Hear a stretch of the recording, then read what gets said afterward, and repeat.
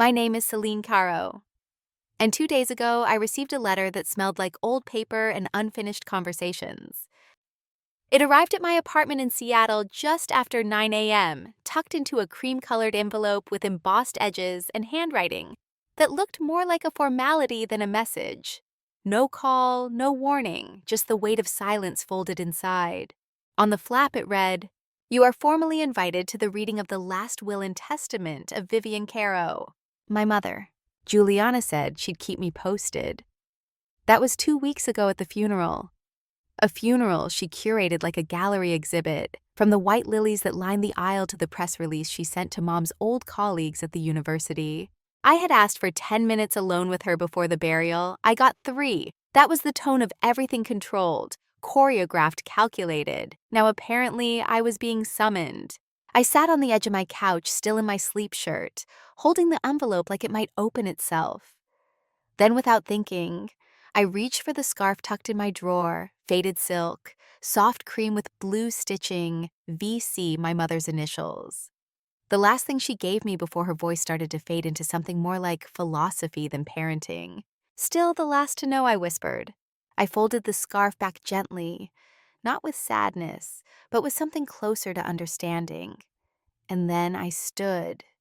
No tears, no dramatics, just a quiet decision I would go. Not to fight, not to win, just to be present. Tacoma was gray when I arrived. Not rainy, just heavy. The kind of weather that holds things in the air without letting them fall. Driving up to the family house felt like walking into a memory someone else had edited. The gates creaked open like they had to think about it first. I parked where I always did, around back. Not because there wasn't space in front, but because Juliana once said, "Let's keep the front clear for guests." The housekeeper answered the door with a hesitation that didn't surprise me. "Oh, you came?" I didn't explain. I didn't know that anymore. The foyer still smelled like lemon polish and lavender soap. Like someone was trying to keep Mom's presence alive through surface details. I stepped inside without a word. Then came her assistant, new face young, perfectly pressed. The kind of confidence that comes from never being dismissed. "I didn't know you were attending," she blinked. "I was invited."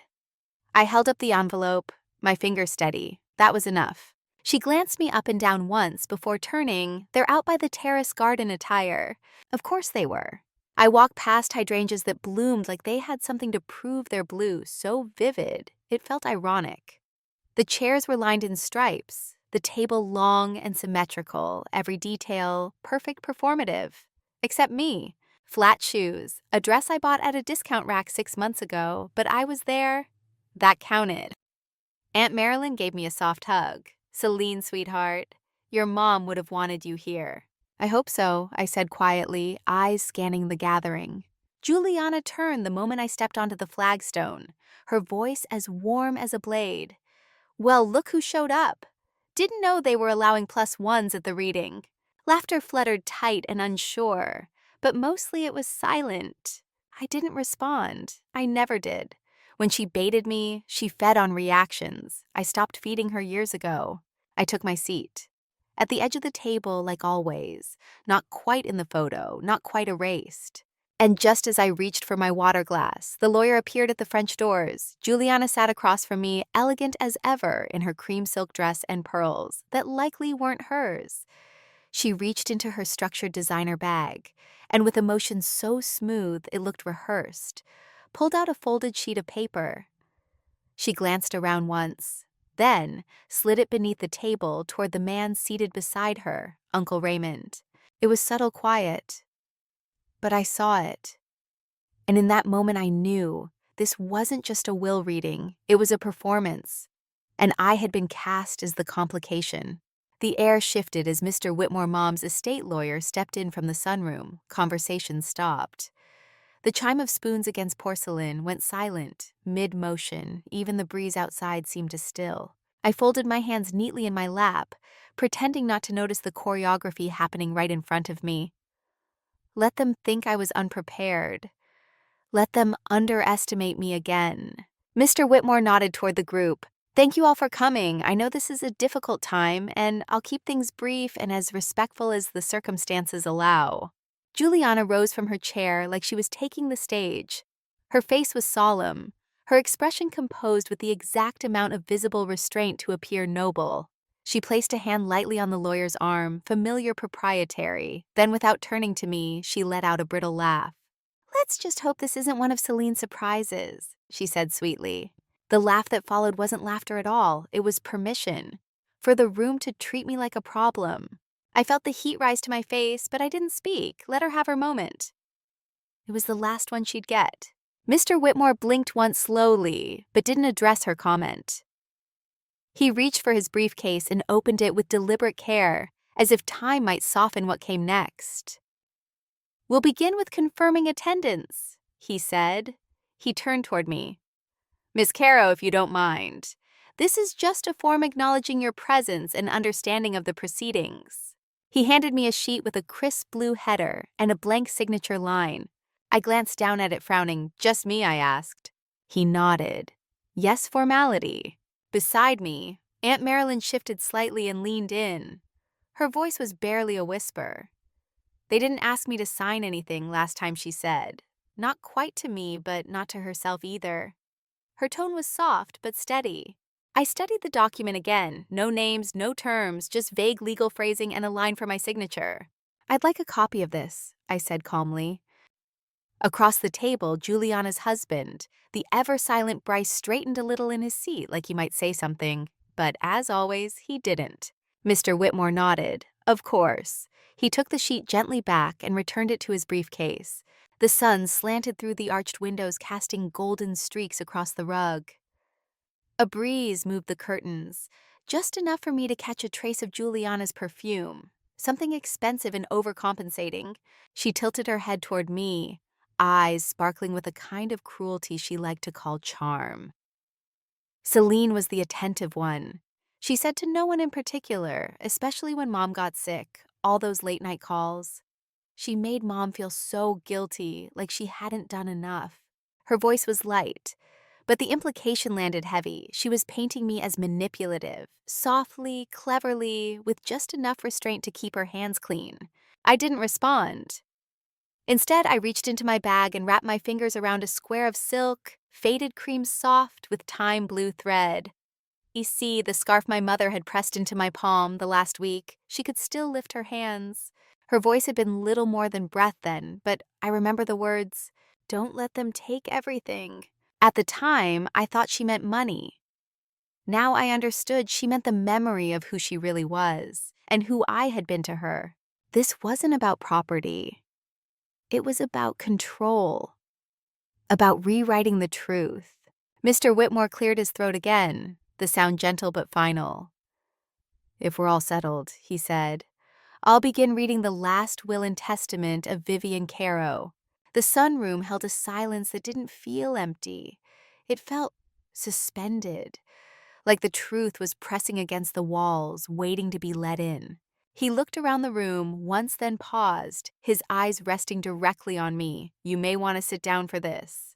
I didn't move. I was already still, already braced. But the air, it buzzed, like something sacred was about to shift, and none of them were ready.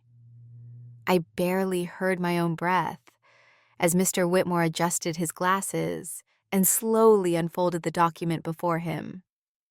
His fingers moved with the kind of precision that comes from reading words that change the shape of a room. His voice was calm, almost detached. Per the last legally witnessed and notarized testament of Vivian Eloise Caro, the entirety of the Caro estate comprising the family property. Financial assets, personal belongings, and residual income is hereby left to Celine Marie Caro. A glass shattered behind me. I didn't need to look. I knew it came from Juliana's side of the table. I heard a soft gasp. Someone whispered, "You've got to be kidding."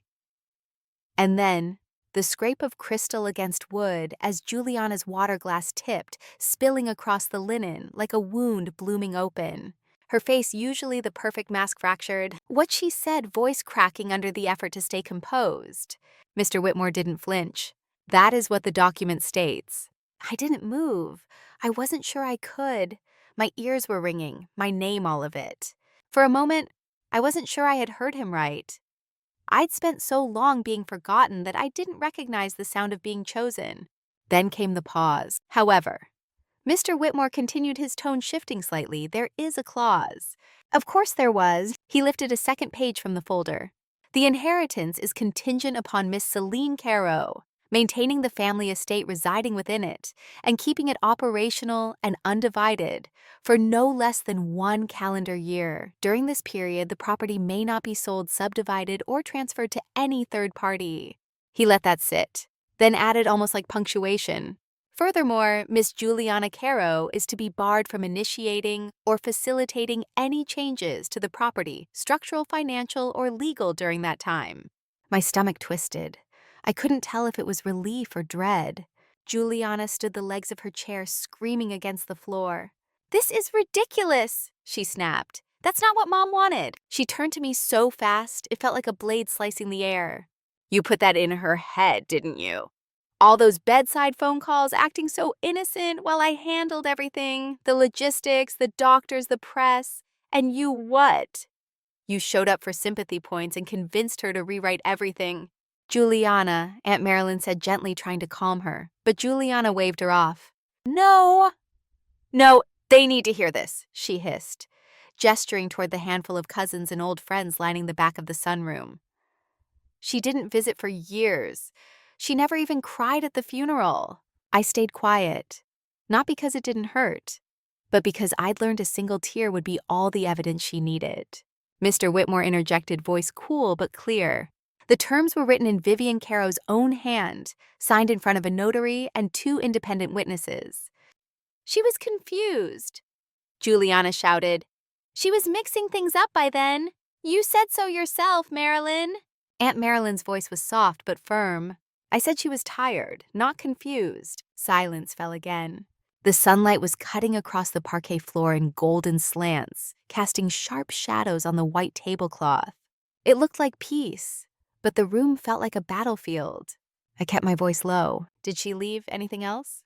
Mr. Whitmore hesitated, then reached into his briefcase and pulled out a sealed envelope. "She did. This is for you, Celine." I took it with both hands. It was heavier than it looked. Something about it felt sacred. I turned it over, broke the seal. Inside one single sheet, my name at the top, in her handwriting. The blue ink was slightly faded, but the loops and lines were unmistakable. My mother's handwriting, the kind she used in old recipe cards and birthday notes before her hands began to tremble. The first lines were tender, restrained, almost like an apology hidden inside a lullaby. But 5 lines down, my world stopped. One sentence, bare, honest, deliberate, rewrote everything I thought I knew. My breath caught. The sounds around me dulled like water muffling the outside world. The paper rustled in my hands, so light, but it carried the weight of all the words she had never said. I hadn't planned to read it aloud, but I did. My voice cracked on the second sentence. "To Celine you showed up when no one else did. You made me soup when I couldn't speak." No one moved. Even the ancient grandfather clock near the window seemed to pause its pendulum. The only sound in the room was my own voice, trying not to splinter. "You stayed when your sister filed the power of attorney papers, without telling me." A low murmur swept through the back of the room. "You were the only one who didn't ask me to sell the home only to rest in it." I swallowed hard. I was not confused when I wrote this. I was tired. Yes, but not confused. Callista stiffened across from me, her chin lifting an inch higher like she was bracing for impact. "And I want you to know, I changed the will after she tried to sell the house beneath my feet. I couldn't bear the thought of being boxed up and pushed aside while strangers walked through our halls." I paused, staring out at the late afternoon sun washing across the windows. It didn't feel warm anymore. Callista stood like a marble statue carved from performance and entitlement.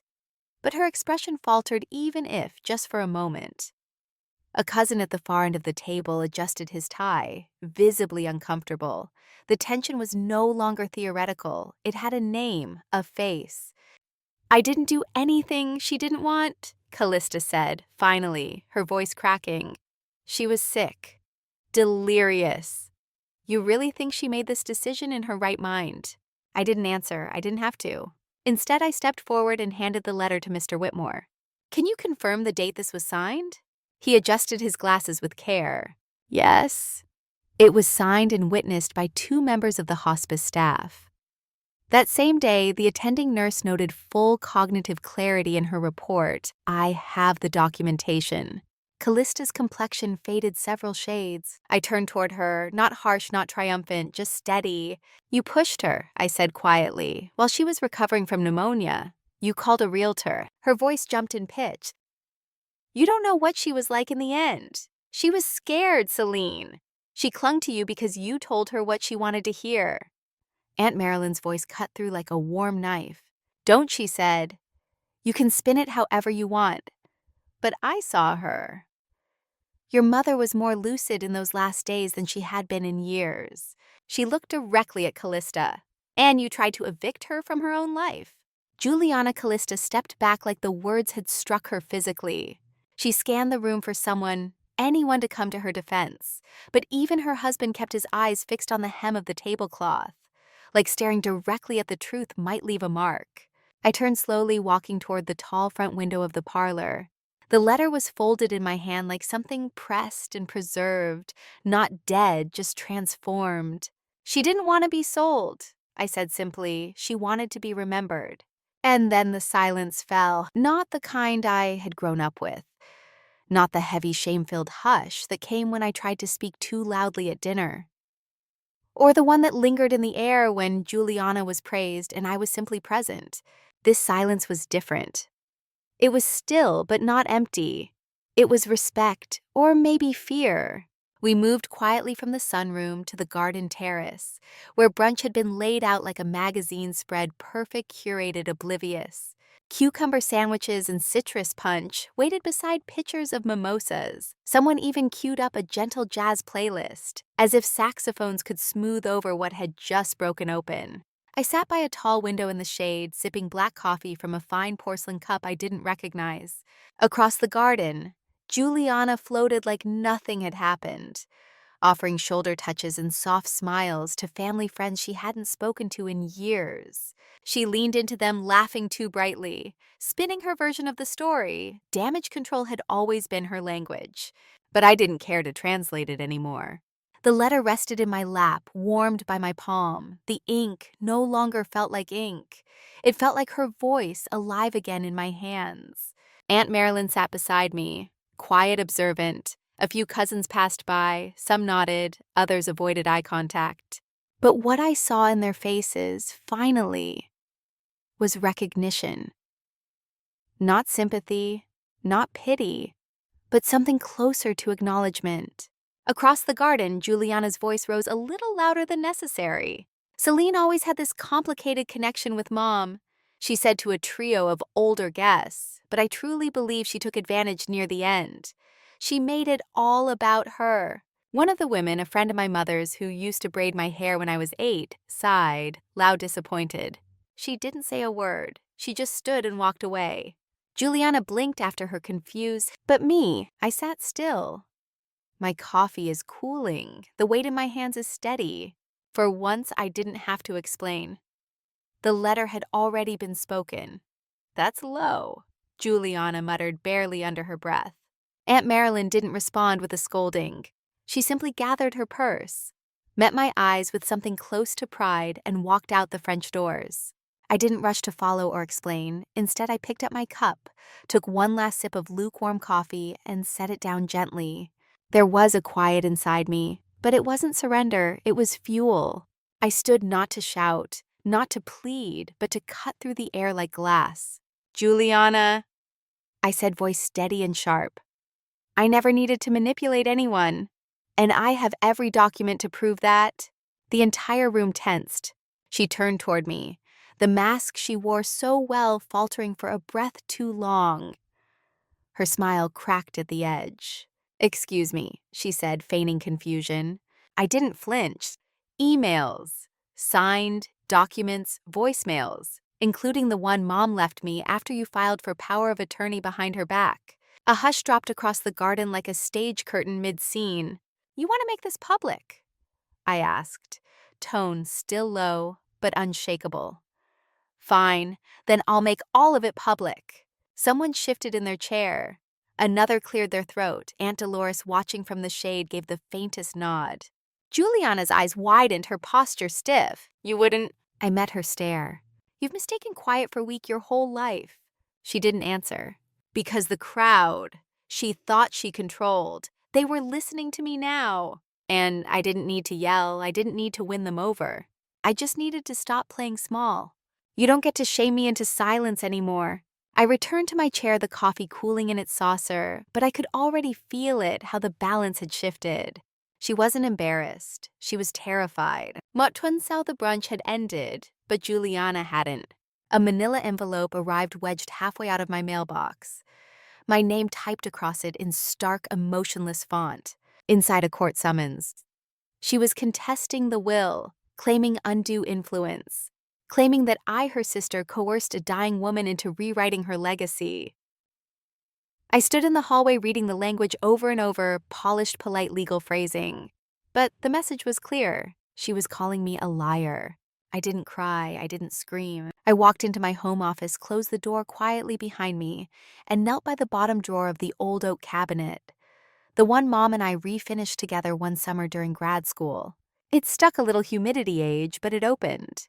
And there it was, the red folder, labeled in my mother's looping cursive Supplement Addendum 3. Inside were notarized documents, all dated within the last month of her life, all signed witnessed clear. There was even a scanned letter addressed to her attorney, stapled to printed bank statements that Juliana must have thought were long gone.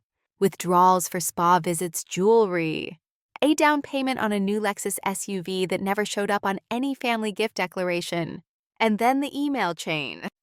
Forwarded from Mom's old Gmail. Her note still burned in my memory. "Celine, don't delete these. Just in case I forget later, you'll know." I knew. Bang a sao, I stepped into the county courthouse wearing pressed beige slacks and a navy blouse. Nothing flashy, just calm, solid. Juliana was already there, standing near the steps. Her posture, rigid expression, carefully composed. But her fingers twisted the strap of her handbag over and over. She didn't speak when she saw me, just looked like she was hoping I'd turn around, back down, disappear. I didn't. The folder in my bag didn't feel heavy because of the paper. It felt heavy because it held our mother's voice and everything she wasn't allowed to say while still alive. As I passed Juliana, I paused just long enough to meet her eyes. "You wanted this," I said quietly. "You'll get it, all of it." She looked away. I entered the building head high, breath steady. In that moment, I wasn't just defending a will, I was defending the last truth. My mother had the strength to leave behind. She looked me up and down like I was a stain she thought would vanish with the right words. Then she leaned toward her attorney, whispering behind a manicured hand, still performing even now. Inside, the courthouse felt cool and detached, intentionally indifferent. I stepped to the front desk, red folder in hand. The clerk looked up, mildly curious. She flipped it open, skimmed the top page, then stopped. "Is this the decedent's handwriting?" she asked, eyebrows raised. "Yes," I replied calmly. "Witnessed, signed, notarized." She turned to her coworker, voice lowered. "You might want to sit down for this one," she muttered. Not to me, to him. I didn't sit. I just signed the counter-motion papers, handed them across the desk, and stepped back, quiet certain. That night, I sat alone in my home office.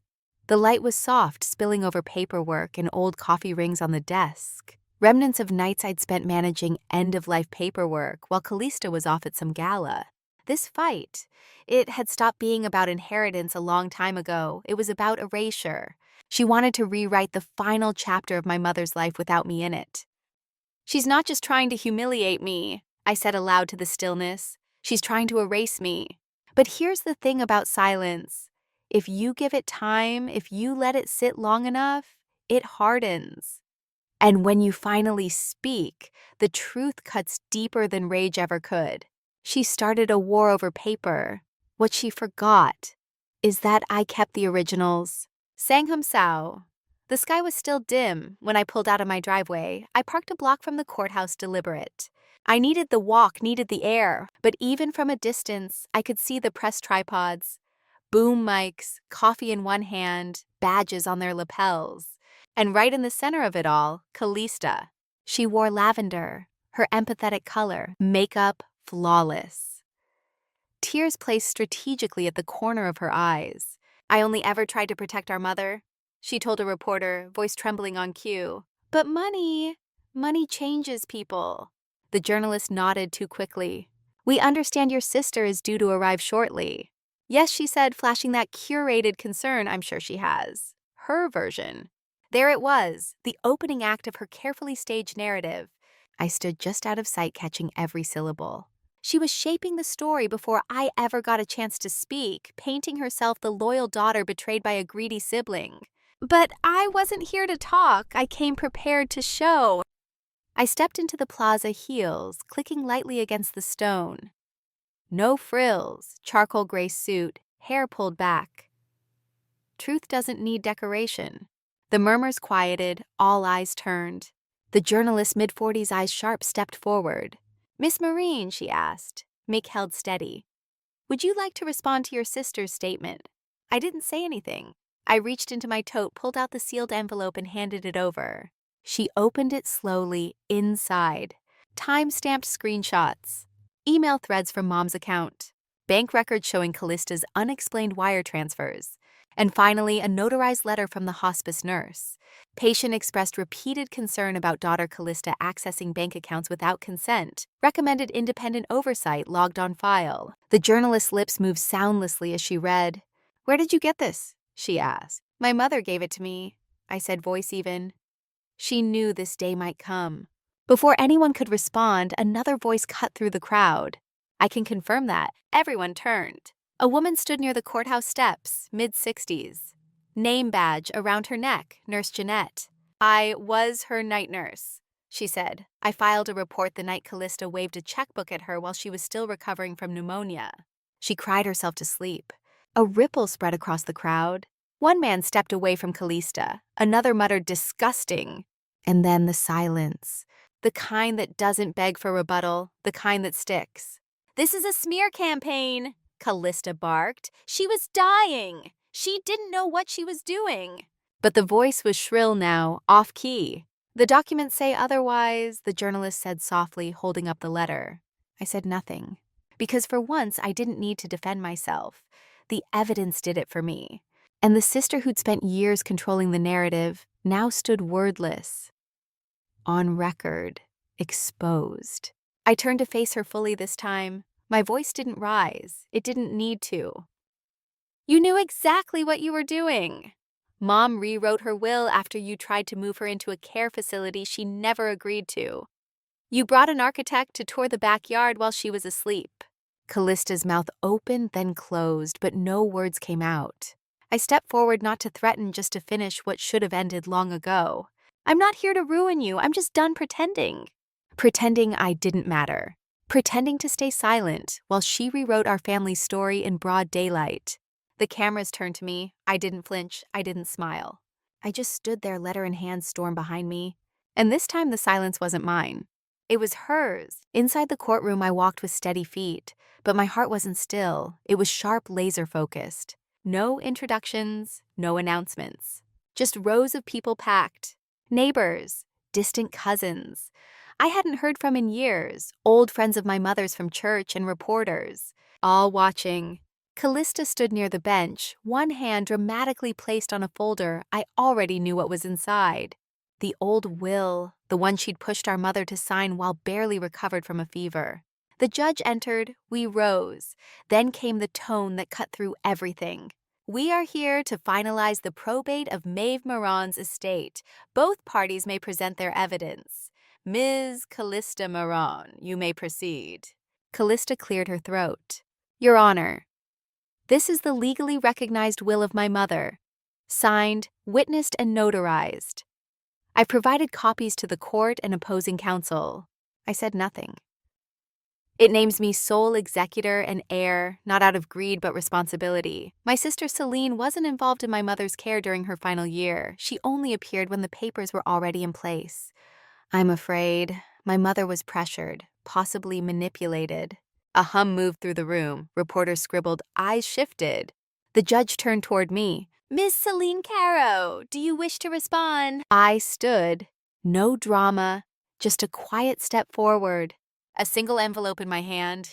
"Yes, Your Honor. I have a more recent will signed by my mother, dated and notarized 1 month after the version presented by my sister." The room hushed. The judge raised his brow, motioned to the bailiff. I handed over the pale blue envelope. My mother's handwriting looped gently across the flap for Celine. He opened it, scanned, nodded. "This document appears legally valid. Date July 9th. That's 4 weeks after the prior will witnesses Dolores Caro and Jeanette Holloway, notarized by Erica Place, certified by the state." Callista's mask slipped. "It's a fake?" "She forged it." I didn't react. I simply turned to the AV tech in the corner. "Please play the file." The screen flickered. And there she was, our mother. Thinner than I remembered, but calm. Steady. "If this video is playing," she said softly, "it means Callista tried again to twist what I wanted." I rewrote my will because she attempted to put me in a care home against my will. She called a realtor behind my back. She withdrew over $8,000 without my consent. Celine didn't pressure me. She protected me. That's why everything goes to her. It's what I want, clearly, freely, with full capacity. Someone coughed. I turned. Callista was frozen mid-step, mouth open, eyes locked on the screen like it had betrayed her. The judge spoke clear and firm. "This confirms testamentary intent. I accept the July 9th will as the valid operative document, unless irrefutable evidence of fraud is presented. Based on this video and notary records, I see none." Callista's voice pitched up. She was dying. She didn't know what she was saying. But no one looked at her. Not the reporters, not even the friends she used to host for brunch. The judge turned to me. "Anything else, Ms. Caro?" I shook my head. Only that I loved my mother, and I respected her choices. In the front row, Aunt Dolores gave a quiet nod, a silent affirmation. And as the gavel fell, I didn't smile. I didn't cry. I just stood tall. Let her scream, let her deny. I didn't need to shout anymore. By the time we stepped out of the courthouse, the sun had shifted west, brushing the stone steps with a soft gold light. I didn't need to turn around to know Callista wasn't walking beside me. She'd stayed behind, still in the courtroom, hunched in that wooden chair, like the weight of her own story had finally buckled her spine. She didn't scream, she didn't follow, just silence. Not the kind I grew up with, the kind that made me question if I even existed to them. This silence was different. It was earned, weighted, final. Like a door clicking shut after years of being left ajar. Cameras flashed around me. Reporters tossed questions like confetti. "Ms. Caro, can you comment on the judge's decision? Did you anticipate the video evidence? Are you planning to keep the estate?" I didn't break stride, just kept walking down the marble steps with the calm Mom had taught me, what she used to call my weather face, the one I wore through storms, funerals, and family dinners, when Callista made another backhanded joke. And everyone laughed like it didn't cut. Down by the curb, Romy was waiting in her old Toyota door, already unlocked. Her hand resting loosely on the handle, like she knew how to be present without pushing. She didn't speak right away, just glanced from me to the courthouse behind, and then back again, like she was quietly measuring whether I was actually okay, or just holding my shape out of habit. "You ready?" she asked softly. "No," I replied, "but I'm done." The drive back was quiet, the kind of quiet that doesn't ask for words. The sun dipped lower, painting everything in that soft orange hue that makes even broken things look beautiful. By the time we pulled into my driveway, dusk had settled like a blanket. I stepped out and inhaled. The air smelled of dry grass and jasmine, the same jasmine Mom planted along the fence when we were little. It hadn't bloomed right in years, but tonight there was a hint of it. Romy followed me up to the porch, but stopped just short of the door. Then from her bag, she pulled out something small and weathered a letter. Its edges were singed, the envelope creased like it had lived through more than one drawer. My breath caught when I saw the handwriting. "I found it tucked inside your mom's old wallet," she said. Didn't seem like something a stranger should be the one to find. She didn't have to say more. I knew I took the envelope gently on the front to my youngest, my silent warrior. I didn't open it right away, just sat on the porch swing for a while and let the cicadas buzz in the distance, let the quiet settle again. But this time on my terms. Then I broke the seal. You always were the strongest, even when they didn't see it. I hope one day you realize you never needed their praise to matter. Some truths aren't spoken, they're lived, and you lived yours right. I love you always, Mom. It wasn't poetic. It wasn't polished. But it was everything she never got to say out loud. And it came not when I was desperate for proof, but when I'd already made peace with never hearing it. That was the difference. That's what made it enough.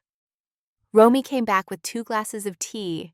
She didn't toast, she didn't offer a speech, just handed me one and sat beside me, while the porch light blinked on like it understood this moment needed soft things. I glanced around the chipped railings, the crooked wind chimes, the flower pot. Callista once called embarrassing. All of it still here, still mine. And I thought of every birthday I spent waiting, every card I signed alone, every Christmas morning spent pretending I didn't care. But tonight, I didn't feel empty. I felt full in the quietest, most grounded way. Because I wasn't living for their recognition anymore. I wasn't trying to squeeze into a story I was never meant to survive in. I'd written my own ending. On this porch, in this home, with this letter on my lap and someone beside me who never once asked me to prove my worth. Callista might never say sorry. The family might always whisper about how I changed things. But maybe that's what healing looks like, becoming the person no one thought you had the strength to be. Some wounds don't scream, but they still change everything. And some victories. They don't need a round of applause. They just need a quiet place to land. Celine didn't win by yelling. She didn't need to flip tables or call people out in front of a crowd. She simply told the truth with a steady voice.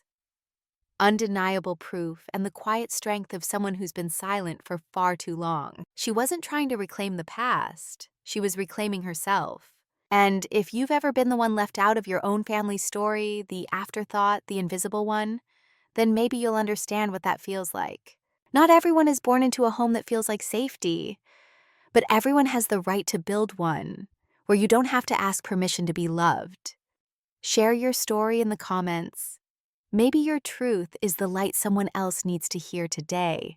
Comment 11 if you've ever chosen peace over playing the fixer for people who never showed up for you. And if this story hit home, don't forget to like and subscribe for more quiet, powerful stories that speak to your soul.